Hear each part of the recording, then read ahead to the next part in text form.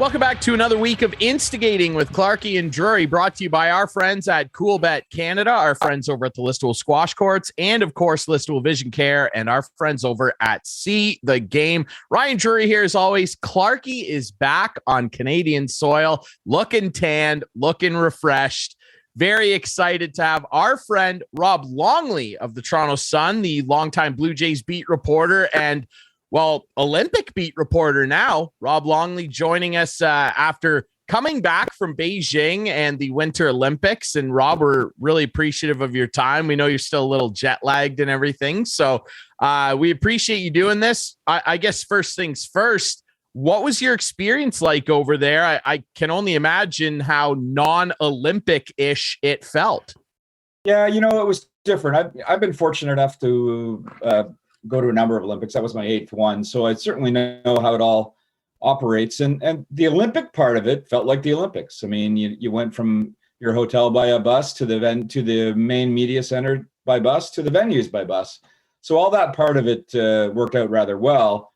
Where it was challenging and where it was really a bit of a grind was you could never leave any of those venues. When they talked about a closed loop over there, it was closed. I mean, there was literally guards at the gate of the hotel. The gates of the hotel were padlocked, so the only vehicle that could go in would be the official buses. And same with the venue. So you couldn't get off campus, so to speak. So my view of Beijing this time was basically through a bus window. And the more it went on, the more confined that felt, because it seemed like every day on a bus ride, I'd see a new restaurant or a new bar that would look like a fun place that you might want to go and actually explore and get some real food, and you just couldn't do it. So that part of it was a grind, but the Olympics themselves, the Chinese, they ran it quite smoothly, and it felt like other games in a lot of ways. It's just that you didn't have the good stuff that went along with it that you typically would. What was your favorite event to cover this past Olympics? Well, I was doing hockey, basically exclusively hockey. I did go to a couple curling games, but my main beat, I was there to cover both teams, but the women quickly became the good story. And I spent a lot of time around the Canadian women's hockey team, and I really enjoyed it. I mean, I was there for practices in all 7 of their games, and Post Media, the company I work for, sort of made it a commitment going in there that they wanted to treat that Canadian women's hockey team much like the Canadian women's soccer team was treated in the summer, to sort of feed on the momentum that women's sports have in this country right now. And what a great group of women to be around. I mean, I treated it like I would if I was covering the Maple Leafs, and I treated it like a real pro beat. And from the coach on down, they were truly professional and quite frankly, an exciting team to watch for the most of it. If as long as you could stomach some of the blowouts, which I didn't have a huge problem with, but unlike others, but they were a good group to be around, and certainly a well-deserved result, because they were really on their game for the 2 weeks that they played. Let's talk about the blowout situation. A lot of people are saying that maybe women's hockey isn't meant for the Olympics because of the domination from the Canada and US teams.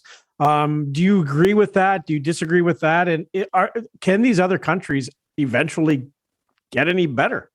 Yeah, Darky, it's an age-old problem, and it's an age-old discussion. And there does need to be a solution, but the solution isn't to take women's hockey out of the Olympics. I think that would be ludicrous.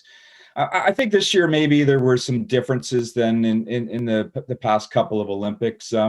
Obviously, the pandemic affected everybody, the way that they trained, but it really affected women's hockey. Like, these other countries couldn't play at all. They had no competition, and they didn't have the training camps that they would. A lot of these European countries, they have players that would typically play in the NCAA as well, and they didn't do that this year. So I think the gap was widened somewhat this year over 4 years previous, in part because of that. But look, let's give the Canadian women credit. A big reason that gap was increased was how much better they got. They completely overhauled the way that they play the game. Women's hockey, and if you were to be a critic of women's hockey in the past, my criticism would be that there wasn't enough offense. Maybe they weren't good enough shooters. Maybe they didn't let the skill that they had be on display. Well, under Troy Ryan, the coach this time around, and general manager Gina Kingsbury, they said, let's do this differently. We've got a lot of skilled players coming in. much like the men's game, the young women players had improved dramatically skill wise. So they said, let's take the reins off and let's see what they can do. Let's force the pace. Let's be aggressive on the forecheck. Let's be aggressive in the neutral zone, and let's let the skills show for themselves. And I think that's what happened. And they were by far the most exciting women's team to watch that I've ever seen.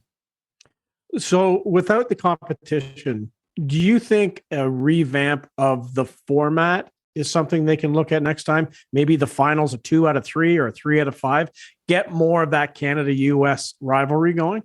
Yeah, I don't mind that. I don't mind the idea of a 2 out of 3 final.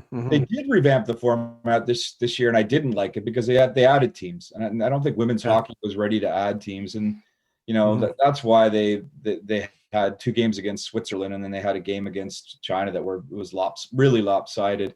But the solution comes at the grassroots level. They've got to. I think there has to be a pro league in North America that has to help develop the game that way. Somebody I was speaking to today actually came up with a good idea. Like, why couldn't you, once you got a league like that off the ground, and ideally had it backed by the NHL, but once you got a league like that off the ground, why couldn't you adopt a variation of the rule we've seen in the CFL forever with designated exports rather than designated imports? So in other words, you would have to have 2 or 3 skaters on each team that weren't from Canada or the US. And how good would that be for the growth of women's hockey globally? And maybe that would help narrow the gap rather than widen the gap, which we saw this year. This year was a bit of an outlier. So, and I give that Canadian team a lot of credit for improving more than other countries did. But that doesn't mean that the issue still has to be addressed going forward. Yeah, it's an interesting problem. And I mean, really, at the end of the day, like most things, it just comes down to money. And we're definitely going to be talking about a situation in sports that boils right down to that in a bit. But it really just comes down to money. And, I've been talking about this with people at the Sleeman Center covering OHL games all year. I mean, there's just got to be more money put into the women's game and the growth of it. And really, like you said, Rob, I think it starts with establishing a pro league, one league, not these leagues where they were split up like we saw before, where all the best talent is in one area from all over the world and everybody benefits from it. That's, I think, number one, what needs to happen. And then the independent federations from the countries just need to spend more money and invest more in it and see it as a valuable tool to make their athletes better. I wonder as well, we talk about how dominant this team was. We saw the great story with Nurse breaking the all-time tournament scoring record. That was fantastic. I mean, their goaltender, Debian, she was fantastic. She's a household name now. But Marie-Philippe Poulin, who already was a household name, where is she now in your ranking of greatest female players of all time? Because, I mean, you can talk about the Angela James, the Cami Granados that came before, Haley Wickenheiser, of course, who kind of took that mantle. I personally would put her number one now. I mean, 3 gold medals. She scored in 4 straight gold medal games, and the 3 where they won Canada, she had the game-winning goal. Like, you can't really get more legendary than that, can you, Rob? Where does she rank for you? Yeah, I mean, you have to be careful where you rank her because of recency bias, which is something that I hate. But to your point, I don't know how you could put her worse than number 2, and you could really have an educated debate on her impact versus Haley Wickenheiser. To me, they're 1 and 2. But Poulin's influence in big games, in gold medal games, she really is, Captain Canada. She's the golden goal girl.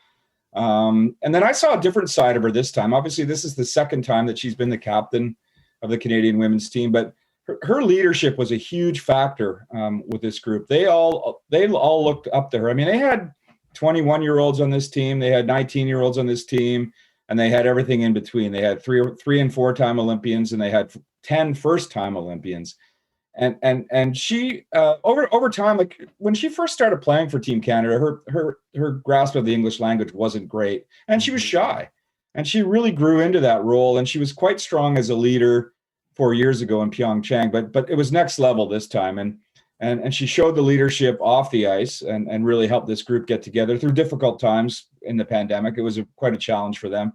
And then when it came to the big games, she was just money. She scored 2 goals in the semifinal. She scored 2 goals again in the final, like she always does, and really, really led that team. Now she's got 3 gold medals.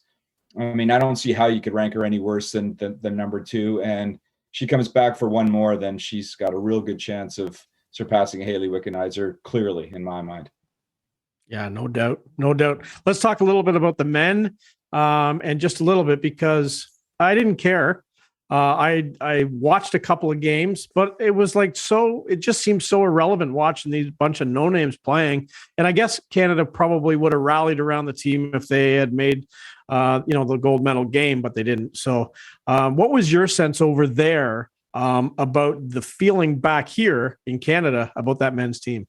Yeah, I had basically the same feeling as you did, Clark. Yeah, I tried to care. I mean, I had to care. It was my job. Yes. And, as the players tell you, it's a cliche. Anytime they put the jersey on, the Maple Leaf on, it's like it does take on a different feel.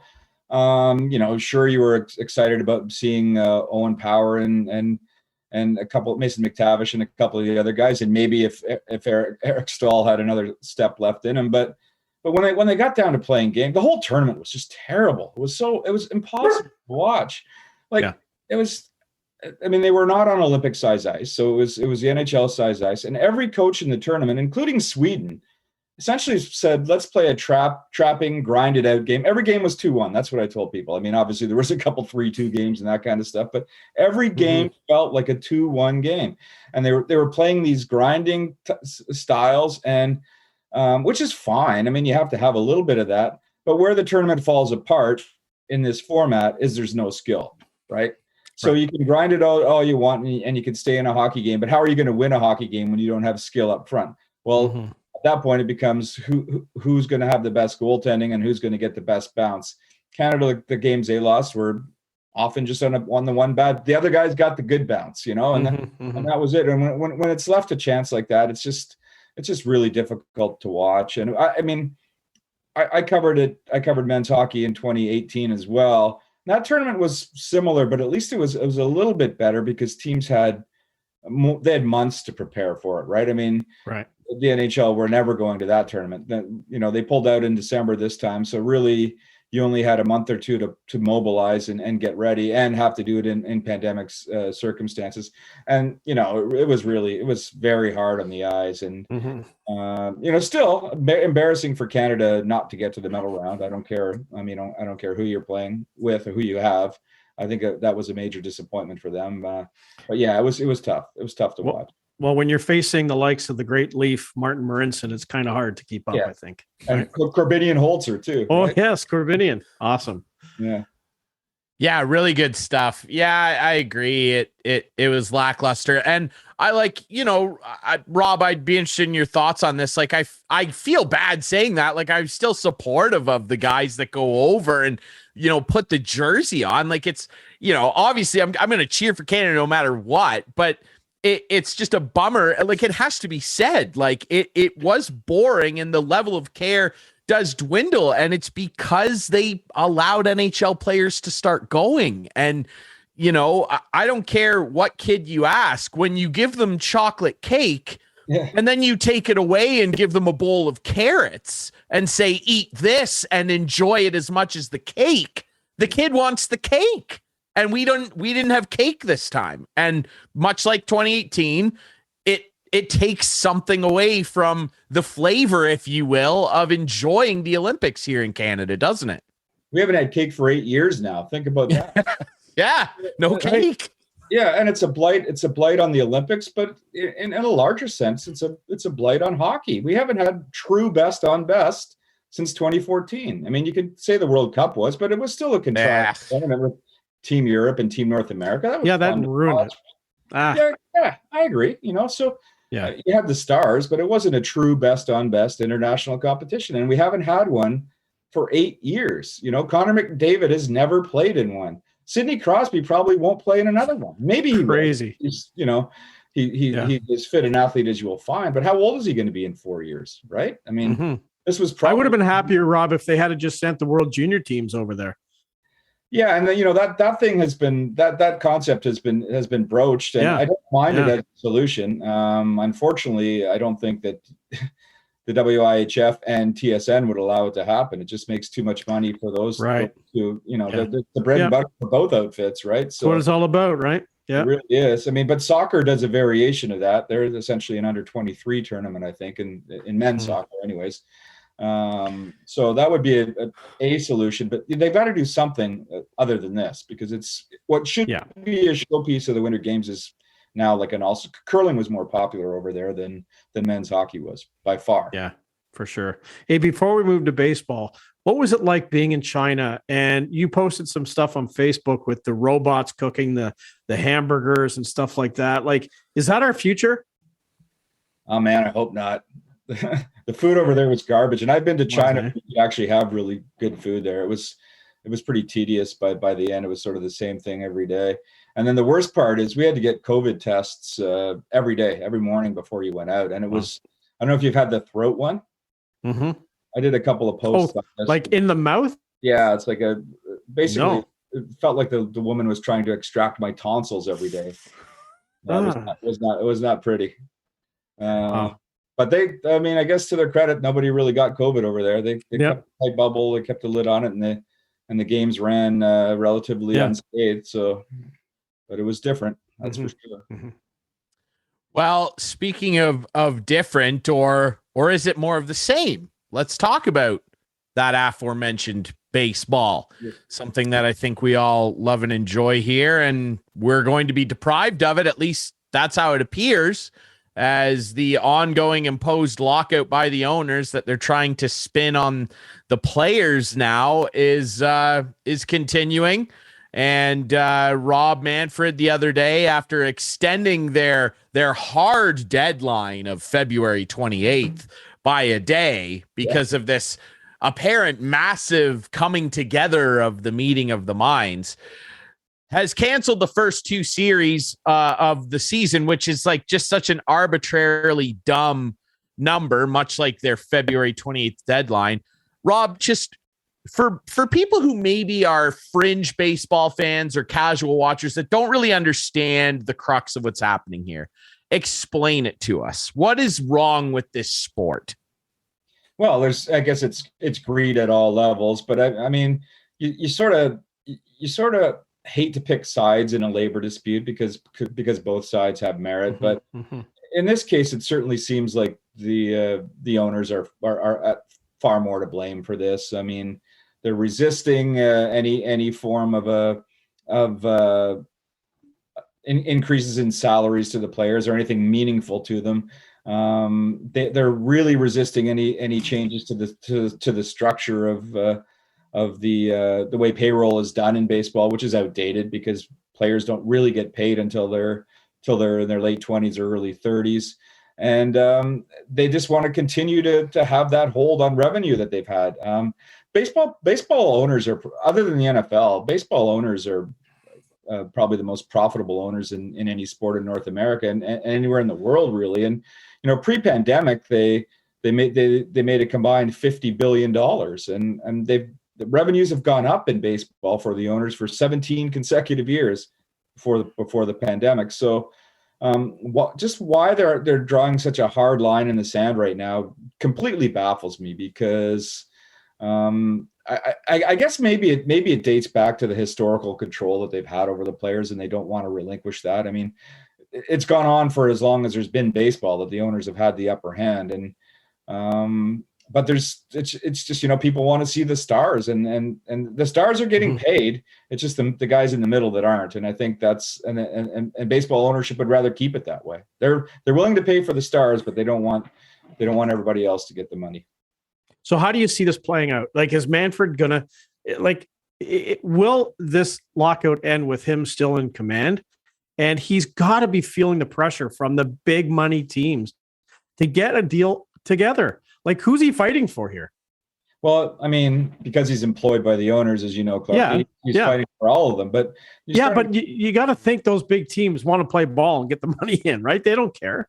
Well, they do, but here's where it gets kind of interesting: is that there seems to be a group of sort of smaller market teams that have more hawkish type owners, and they're the ones that are the hard liners on let's not get the salaries out of control. But where are the New York Yankees and the Boston Red Sox and the Los Angeles Dodgers in this and saying let's play ball? That's what I mean. Yeah. But I think from the ownership perspective, they probably don't care nearly as much about losing a bunch of games in April, right? Traditionally, the seats, the attendance is very poor beyond opening day in April. TV ratings aren't the greatest either, and they're looking at expanded playoffs too. That's their other carrot that the owners are holding. So, from their perspective, they're just saying, "Well, shoot, we could lose a couple of weeks in April. We're going to get it. We're not making that much money in April anyway, and then we're going to get a bunch of it back in October with the expanded 12-team or 14 playoffs." So they feel that they have enough of a hold on the hammer that they can push it further, and I think that's exactly what we're seeing now. I'd be shocked if we didn't see baseball being played by May 1st, but they've got some ground to make up between now and then. But really for the good of the game, you just wish somebody on the ownership side would recognize that what the lingering damage could be from this, and basically what the damage that the pandemic has done over the last. We haven't had a full season in 2 years, and we've got some of the brightest young stars, especially in Toronto, but other places too. So, baseball's got a lot of problems, and they can't afford to have a long lockout, a long labor stoppage as on top of all that. I completely agree, and I mean, I did my best to keep myself calm before getting into this with you. Now my blood's boiling again, Rob. I'm just so mad.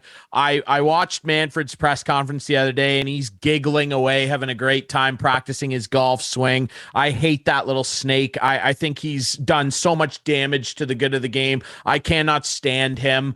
And there's so much to dig into here.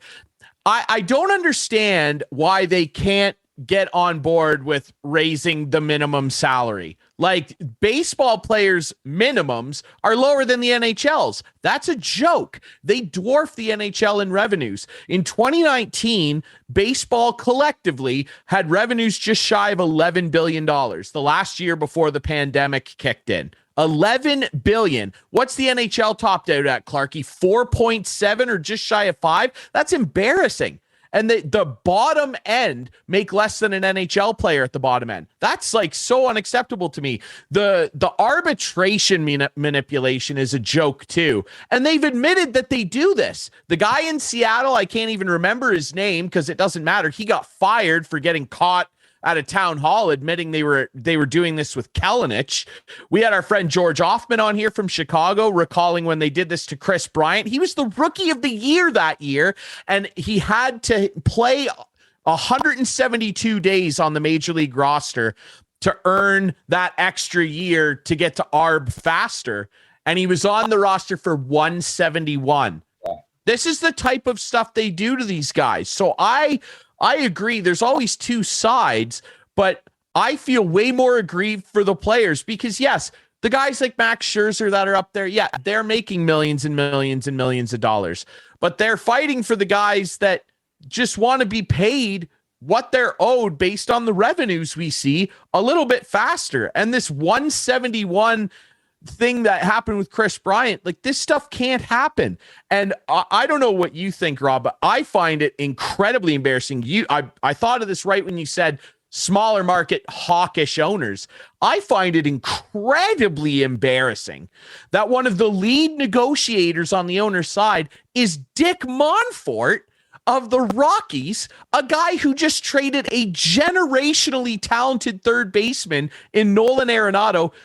Not only traded him to the St. Louis Cardinals, he gave the Cardinals $50 million cash to help pay for his salary. He's this is the guy at the table. That's so embarrassing, Rob. It's ludicrous. The system is just shattered, and it's motivated by greed. And as you say, Ryan, I mean, yeah, they're paying the stars, but it's a joke what they're doing to the guys at the bottom. Yeah, sure, they're going to raise the minimum salary up to $700,000, but that's nothing. But where the guys that are really getting squeezed are and have been historically, are the middle of every roster. Not the guy that's making 250 million, not the guy who's making 700,000, but the 8 or 18 other guys on that roster that should be making 10 million and are making 3.5. And I think that's where the owners are really digging in their heels at that point. They're okay with moving the floor up a little bit. And obviously we've seen evidence-wise over the past couple of years that they're willing to pay the big stars as well. But they don't want that payroll to climb up to 220, 230, 240 million and have all these guys in the middle making all that money. Yet all they do is make profits. And you know what? You say that about Manfred. And again, any commissioner in any sport is an employee of the owners, right? Mm-hmm. But you could have them at least have a human side to them. He was a buffoon there on the stage the other day. I mean, he was condescending. He was laughing, as you mentioned, Ryan. He was talking down to every player and every fan of baseball. And it was just, It was sickening to watch. Here's what I don't understand. And I'm not in, I like Ryan knows way too much about everything. So I don't even try to compete with him. Sure. You guys are talking about the players, not accepting the floor, or maybe the players trying to get the middle ground players more. They're not on strike. They're happy, from what I gather, with the status quo. So I don't understand where all this is going with the owners. Like, what are the owners trying to accomplish that isn't in the CBA now? Like, are they worried that they don't have the constraints in place to control those salaries? Is that, I'm just trying, as a baseball fan and not a fan of the CBA, what are they trying to accomplish? Well, the players are trying to break down that system. They're trying to make it more equitable all the way along, and they're trying to get rid of, the arbitration system where guys don't have to wait years to get paid, and where they could be manipulated by the owners. And they're trying to raise the floor as well. So, to me, it doesn't seem like the players are asking for the world. And what I can't understand is why the owners haven't been able to get at least a little bit closer. I mean, on Monday they moved. It certainly seemed on Monday that they were moving close enough to get a deal done by some point on Tuesday. But clearly the owners had a different negotiating strategy, because when they returned to the table on Tuesday, it was a completely different tenor and everything fell apart. And that's what bugs me the most. This is a game. Both of these sides are playing games because they think the deadlines and the time will be on their side as it goes further. Just get a freaking agreement together and get the fans back, because they're going to lose them. They're going to lose fans again. They are. They haven't recovered from 95 or whenever it was. They really haven't. Yeah. Oh, and the owners don't see that. And the owners don't. No, of course not.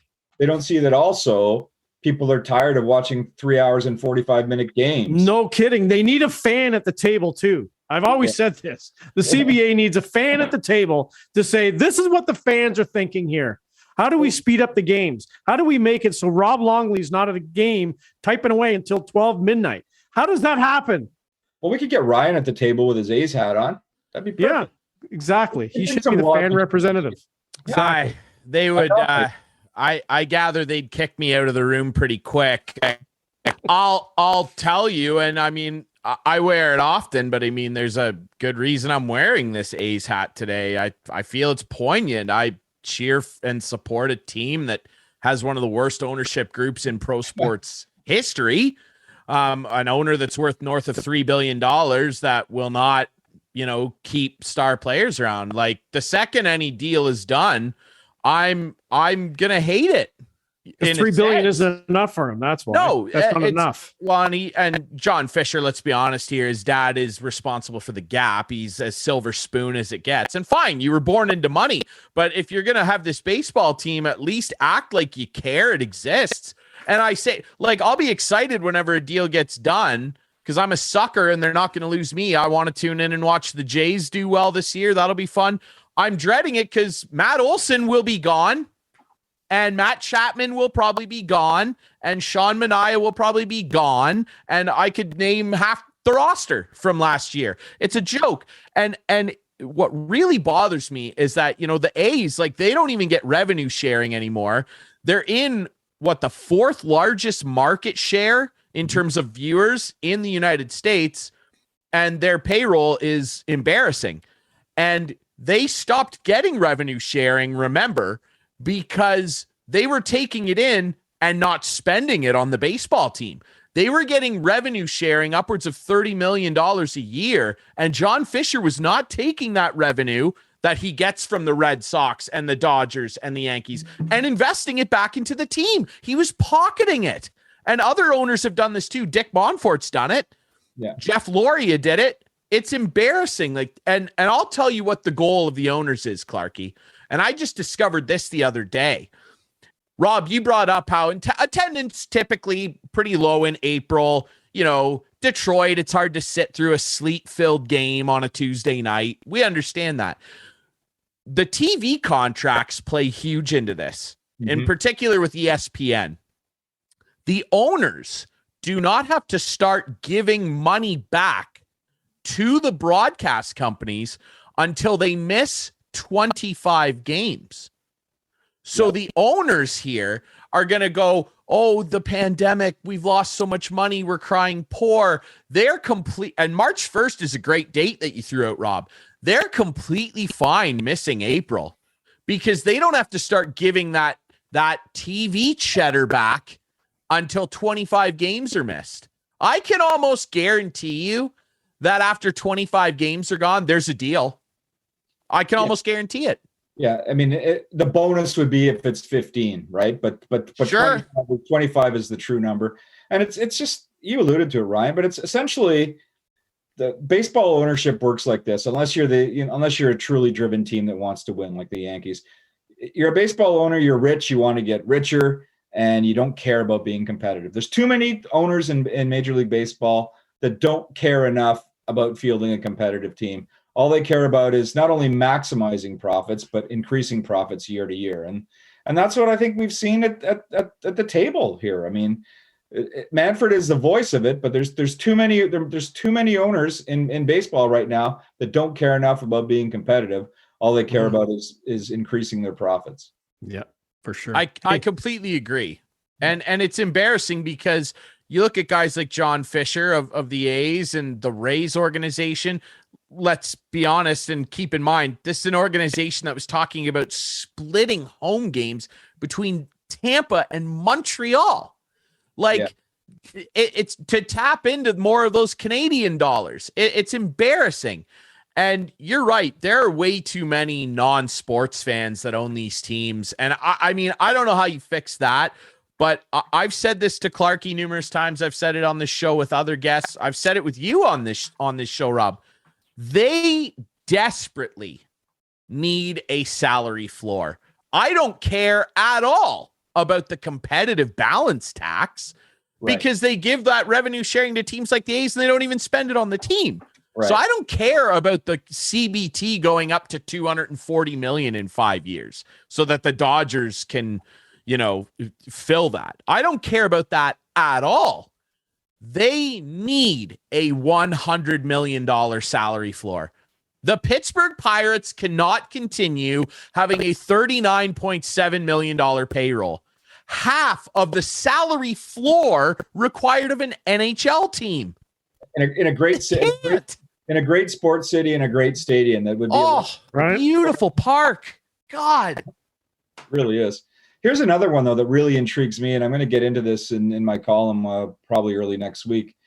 What about the Toronto Blue Jays? I wonder where the Rogers ownership group fits in with all of this, because they're a rarity in a lot of ways. Because forget about the pandemic stuff where they had almost zero revenue because they were playing elsewhere. They own their stadium, they own the ball club, they own the network that carries the games, right? Mm-hmm. I understand that the Yankees own Yes Network and they profit that way. However, there isn't a team in Major League Baseball that gets better local ratings than what the Blue Jays do, largely because it's coast to coast. So with this whole package, don't you think that the Blue Jays want to get this going more than anybody else right now?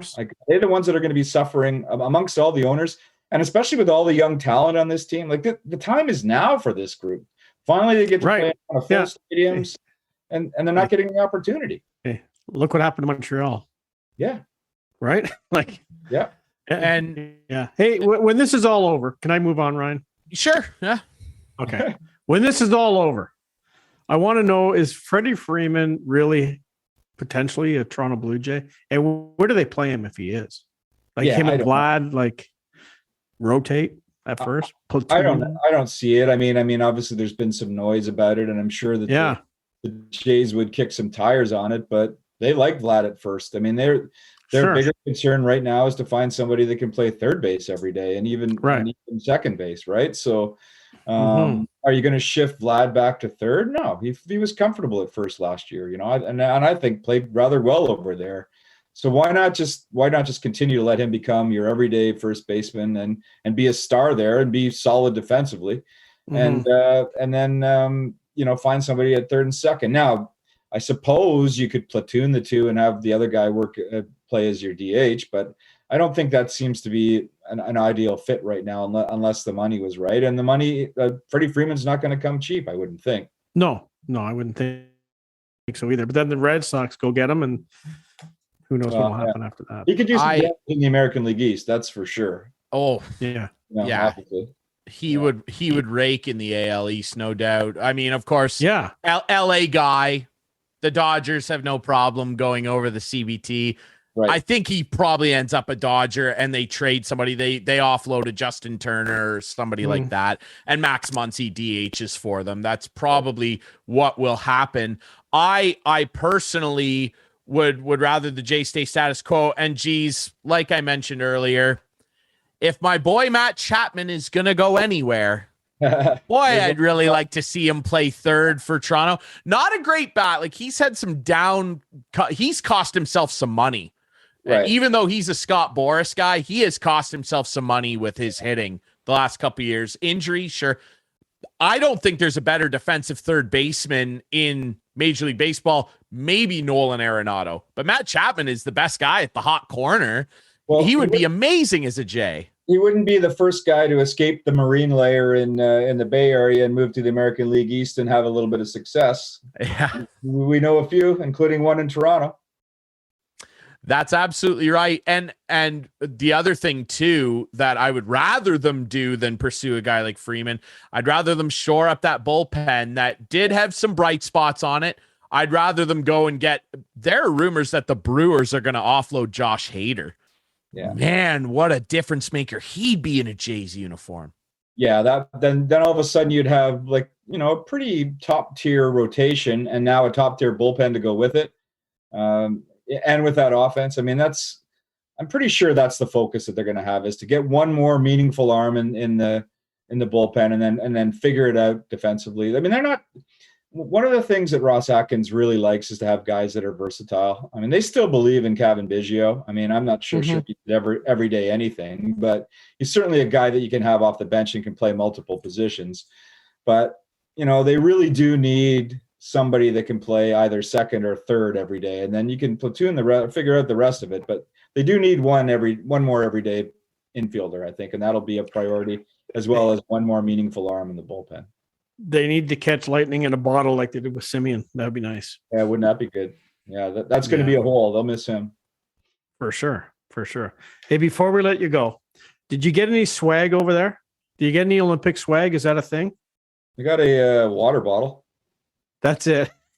That all the swag for the media? Nothing else, eh? Not like the good old days? Not like the good old days, no. Oh, boy. Oh, well, you got a press pass. You got a press pass, I'm sure. Yeah. and a bad case of jet lag. That's a parting gift. And a bad case of jet lag. Yeah, unreal. Well, it'll be interesting to see how it shakes out. I just want this to be over. I want to watch baseball. I'm tired of just watching college highlights on Twitter. It's all we have. So I don't know. But Rob, we appreciate you coming on and offering your insight as always. We're glad you made it back safe from Beijing and had at least a somewhat good time over there. And we wish you the best of luck with your jet lag. And we appreciate your time as always, my friend. We'll do it again soon. Thanks, guys. Let's do it on April 27th on the eve of the start of the 2022 season. We'll absolutely do that. And we'll break down the Jays roster then. All right. We appreciate it, my friend. We'll take a quick break here on Instigating. When we come back, we got to dig into Clarkie's adventures that he recently returned from. And I don't want to do this to people, but I have to. The top's going to blow. I got more to break into with this Major League Baseball lockout. That's coming up next here on Instigating.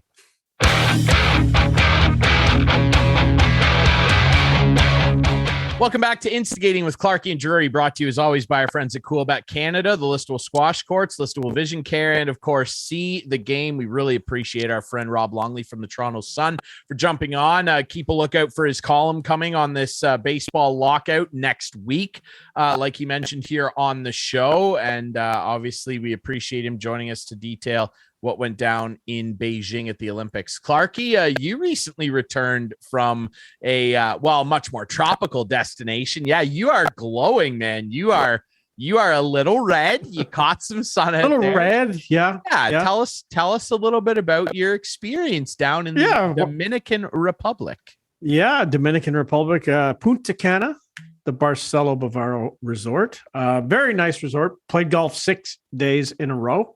After the second day, I was pretty sore, but you know what? As the week moved on, it was better because you just kept doing the same thing. So it was quite the routine.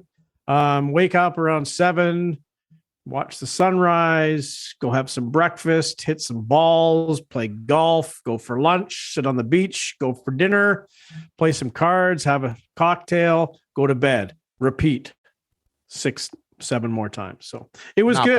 Bad. Interesting. The hotel I was in was full of Russian people.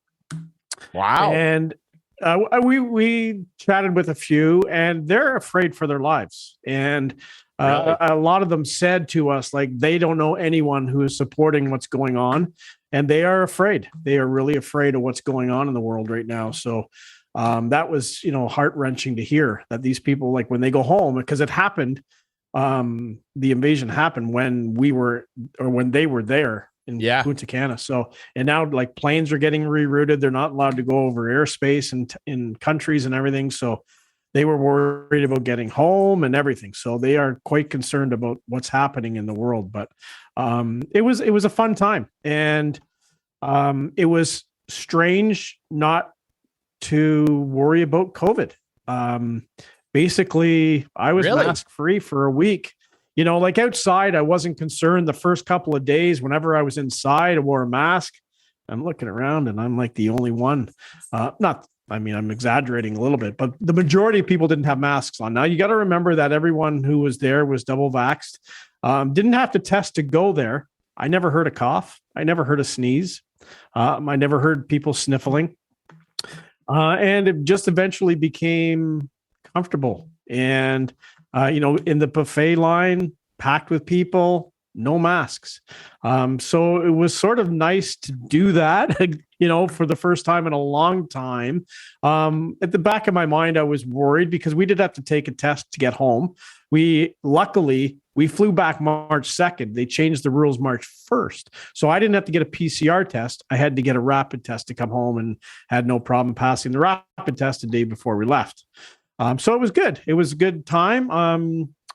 And now I'm back, but it's supposed to be warm on Sunday, I hear here. So that'll be good. Yeah, you dragged the sun back with you. That's interesting. And yeah, I mean, it's interesting too that you got a chance to mingle with some Russian citizens who, obviously, that conflict continuing, and there are a lot of sanctions being thrown at, this is a sports show, at different sporting organizations, and there's a lot of merit, I guess, to different arguments about how fair that is on people that largely seem to be against what Vladimir Putin is leading here. And I mean, you see the scenes out of there of just people still in the streets protesting and getting arrested. It's unbelievable. So, I mean, thoughts are with those people. I hope they can get home safe.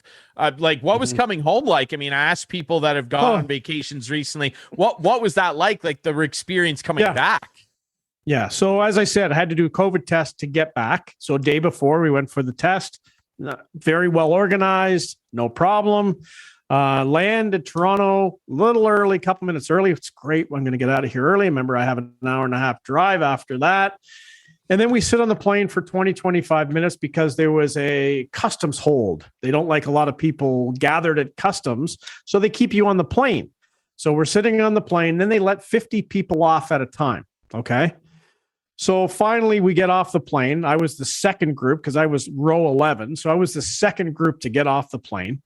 Go to the customs area. I have a Nexus card, so I zoom right to Nexus, no lineup, get my Nexus, paperwork done, go up to the customs officer, and he puts this pink sticker on my customs on my passport, and I'm like, okay, everyone else has a green one, I got a pink one, what does that mean? So sure enough, after customs, we go to wait for our baggage, which is priority baggage. Of course, I travel in style.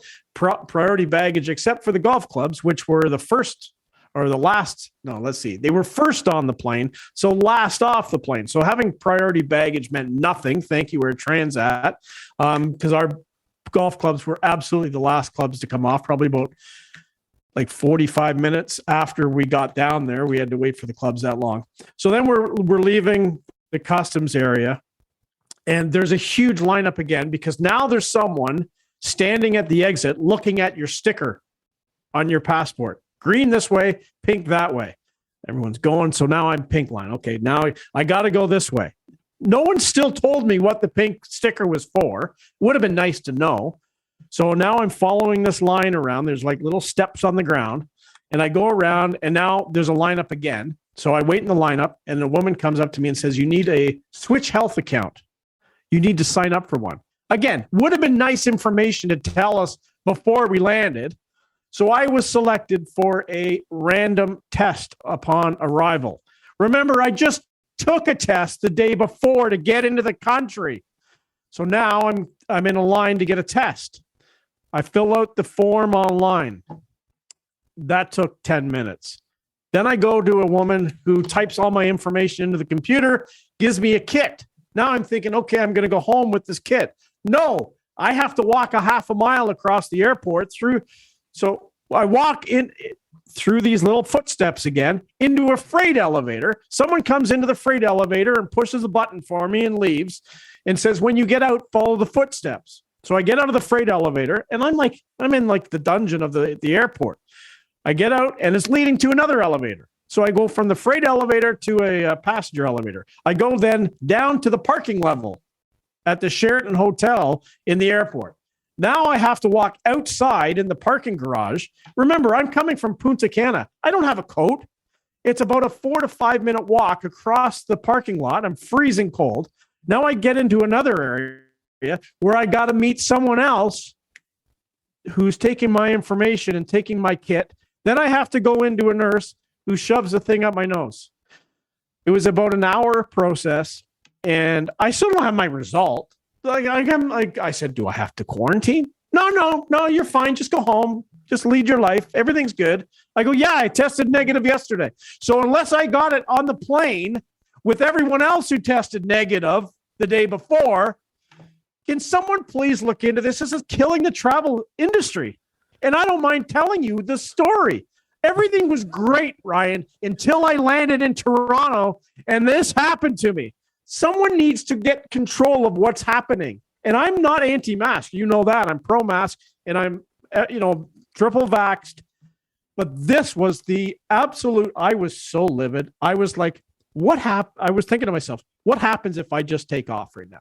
Like, there's security everywhere. There's signs, do not abuse the people who are doing it. And I said, listen, I know this isn't your thing, but this is absolute BS. What they're making people go through right here.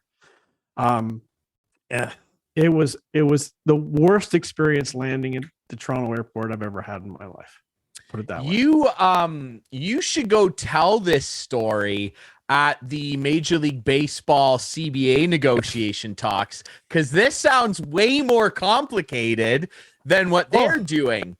Can't they just have it in one room where you go from like, here's the kit, here's your thing, here's the no, we had to walk like so far. I couldn't believe it. I really couldn't believe it.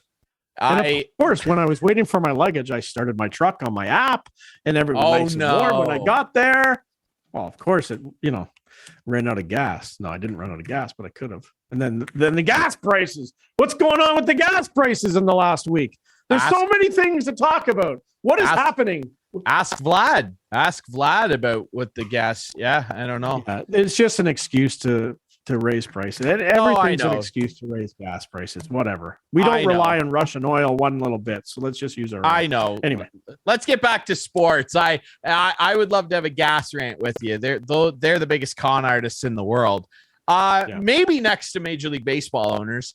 I just want to close the show. There are so many more things I could say about what frustrates me. And hey, if you're watching this and going, oh, well, the baseball players, athletes, they make too much money, then this argument's really not for you. Then I'm not going to convince you on the merits of what athletes should make. That I can't. So based on what we know the economy of the sports are, these guys get paid based on the amount of people that are watching and pumping money in and deeming this entertaining, which is going to dwindle after this. Let me tell you.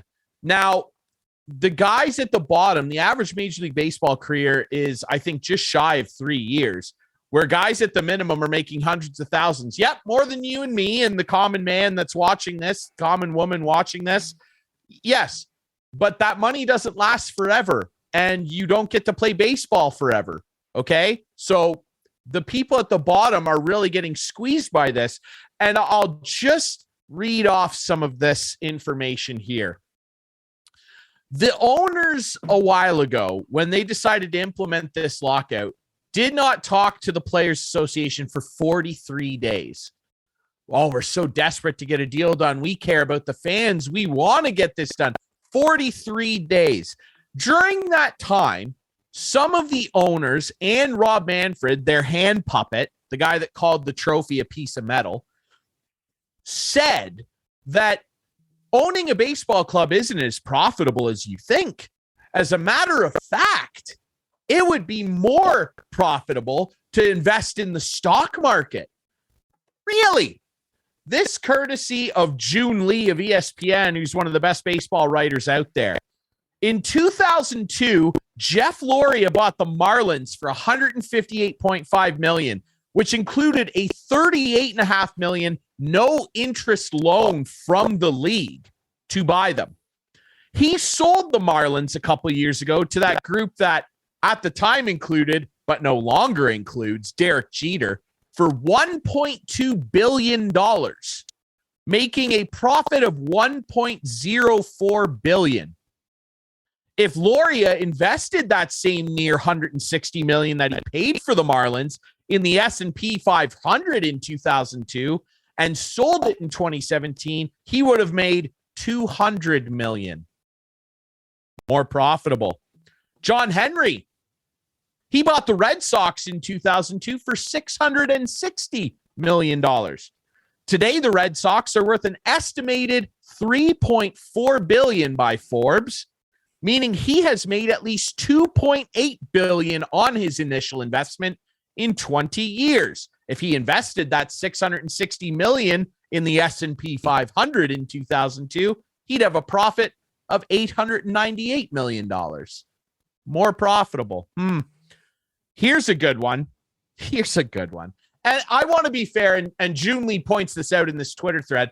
These numbers aren't exact because they don't take into account the costs of operating the teams, of course, but I think you get the picture that I'm painting here.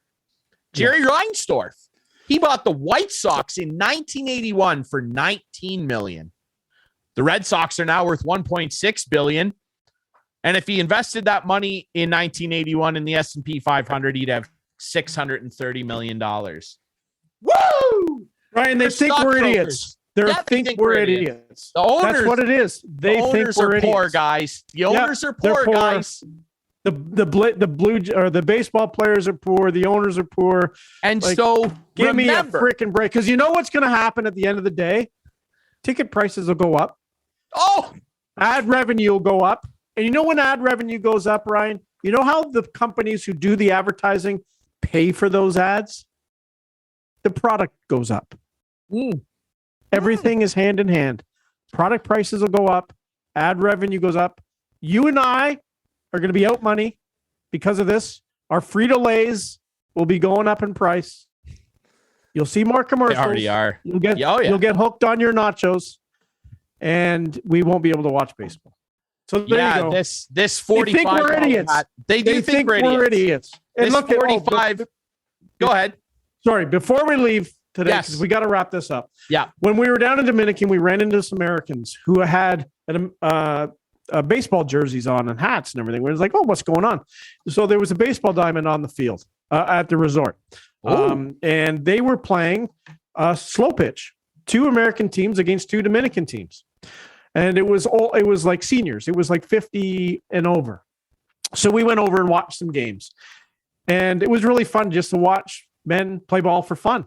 And the Dominican team, the Americans won, but we think they cheated because after every inning, there was arguments. It was unbelievable how they couldn't keep score. So there's 5 home runs limit per game. After that, you're out if you hit a home run. They couldn't keep track of that. I'm like, how hard is it to keep track of this stuff? Anyway, at the end of the game, I had my camera there and I took some nice pictures and I was talking to some Dominican guys. They gave me their email address and then they gave me this. Look at that. Wow. Look at that. You like that? That's a beautiful hat. Look at that. That's a nice hat, eh? Is that the national team's hat or is that like the league and over that's there? what they were wearing. No, that's really cool. National team hat, but that's what they were wearing. So they gave me a hat. So this was game worn. I'm not sure who by, but some guy for the Dominican Republic was wearing this hat for the last weekend there when I was there. So they played like 6 games or something. It was fun to watch. You didn't bring me back on, eh? You didn't have room I could only in the get suitcase. one. I could only get. You know what? Honestly though, honest truth, I traded a Maple Leafs hat for it. I gave the guy my Leafs hat. Wow, that's shocking. I gave my guy by that. Pretty so nice. Some guy in Dominican now is wearing my Leafs hat, which is kind of cool. Nice little exchange. You're spreading the fandom. Good for you. That's right. Yep. Just remember, folks, the owners are poor. So when you go to the baseball park, if you even want to go back in May, make sure that when you line up for the now $22 beers that are this big, buy 2 because the owners need it, guys. Yeah. And when this $45 hat's $60, buy 2. They are poor. Yeah. That's enough. I can't do it anymore. I'm sweating it through my clothes. Good. And we didn't even have time to talk about the Leafs losing to Buffalo, but we didn't have time to talk about the Leafs beating Washington, which I watched in Punta Cana, by the way. I know you watched that. Congratulations. It was Talk on to me when you win a Stanley Cup in color television. We will. All right. Wrap it up, Ryan. That's it for Instigating. Remember, you can watch us Friday nights at 8, Sunday nights at 9 on Whiteman Channel 6. We debut on YouTube at 9 p.m. on Fridays. Remember, you can follow us on Twitter and other social media at Instigating Pod, the podcast version found on all the best podcast apps, including Apple and Spotify. And remember, the baseball owners are poor. And that's all I have to say. Wah, wah, wah. This is Instigating with Clarky and Drury. We'll be back next week. See ya.